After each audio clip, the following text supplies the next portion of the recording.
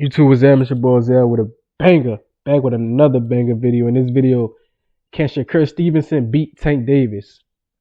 Let's get it. Shakur is coming off of a dominant victory over Josh Padley that happened this last Saturday, the 22nd, I believe, 2 days ago. He dominated Josh Padley from rounds 2 through 9. And in round 9, he dropped him 3 times, landing himself a technical knockout victory. With just vicious body shots. So we know Shakur is capable of stopping people. He just has to apply himself.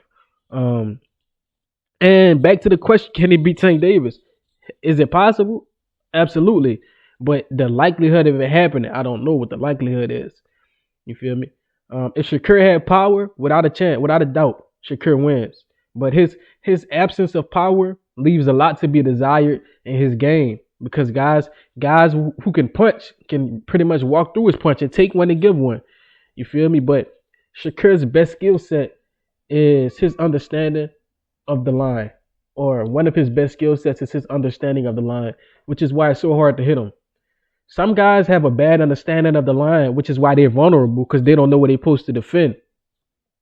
Your line, simply enough, is a line drawn between the back of your front foot and the toes of your left foot. So draw a line between that. And wherever your head is in the center, that's where your line at. So you got to protect that spot because that's where you're vulnerable. That's why head movement, that's why like footwork, blocking, all of that is very important because you want to protect your line. And Shakur is very good at that. He protects his line very well. He don't take a lot of direct punches. And if he does, he'll roll with it. He'll anticipate it because he understands where they're coming from. He understands the momentum of the punch, meaning he can get away from it. Plus, he understands head slots, right? He understands head slots. Even if we just not talking about the line, he understands head slots. They got the B slots, the C slots. Just like football, you got a B gap and a C gap. There's head slots in boxing. So, like Olympic boxers learn this, right? That's why American Olympic boxers are so good in the pros because they learn a lot of fundamentals like head slots, like the understanding of the line, like footwork. And Shakur's footwork is probably the best in boxing outside of Lomachenko. Outside of the best footwork in boxing, Lomachenko,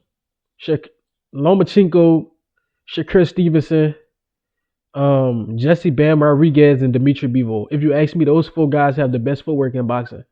The amount of combinations and footwork maneuvers that they have, L steps, pivots, shuffles, pendulum steps. Like it's so much they could do, or they could just move laterally or cross step. Like there's so many things they can do.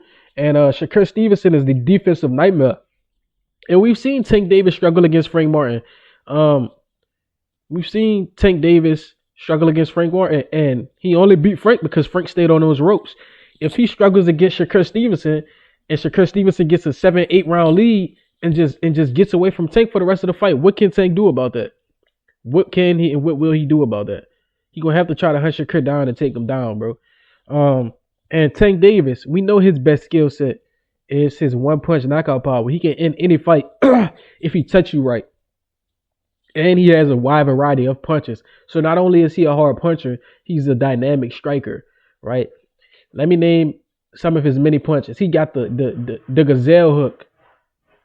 He has the right gazelle hook. He has the left hand down the middle. He has the uppercut from either side. Yeah, Tank Davis just got Tank Davis's worst punches though are probably his jab and his rear hook, right? I think he got a good overhand, but his best punches are obviously his gazelle hook with his right hand, his uppercut with his left hand, and his straight left hand. That's his best punches, power punches, and he can end the fight with those punches. His problem, Tank Davis's biggest problem is movers. His biggest problem is guys that can move, right? We've seen guys like a Frank Martin get a large lead on him because of just punching and moving. But if your stamina can't hold up, then you're probably gonna get knocked out. Especially if you're draining yourself to make that weight. If you're not naturally that size and you're not skilled enough and don't have enough stamina to keep that pace, then you're probably gonna lose. Yeah, and honestly, I say Mario Barrios gave Tank one of the hardest fights of his career outside of Pitbull Cruz. Mario Barrios took Tank, 11, 12 rounds? and he had a lead, and Tank had to knock him out. And we saw Tank is a dog. Tank gonna try to knock you out, but Mario Barrios was a sitting target, waiting to get hit. You feel me? And I don't think Shakur Stevenson has that same problem. I think Shakur Stevenson can move as long as he wants. His stamina, people don't. His stamina is underrated. Shakur Stevenson can fight for 15 rounds. I don't know if Tank got that type of stamina, bro. Um, but yeah, let's acknowledge the elephant in the room, though. Even if we want to see this fight happen, Tank has to open up for the fight to happen. He has to be open to the idea of fighting Shakur. Excuse me if I sound nasally. I'm a little under the weather, but he has to be open to fighting Shakur because for the past few weeks, all I've been hearing is him discrediting Shakur. What has Shakur done? Shakur ain't did nothing in the sport. Shakur is a 3 division champion. In his last division, he was 1 belt away from undisputed. He could have been undisputed if he wanted to. People don't understand that. I think Shakur left 130 to challenge Devin for undisputed instead of he should have got his own undisputed belt. He was trying to challenge Devin, but I think I don't know. It was a bunch of weight issues and weird shit going on. I don't know, but Shakur Stevenson is the dog. We just saw him stop a guy. He used to beat guys up easily.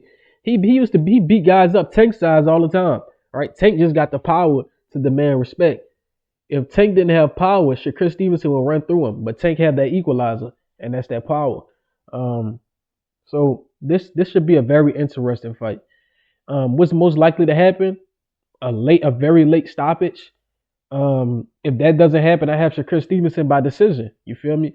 But yeah, I just hope the fight actually happens because we can make mocks all day of what we think gonna happen, but until it actually happens, nobody knows. Let me know what y'all think. Like, comment, subscribe, and share this till next time.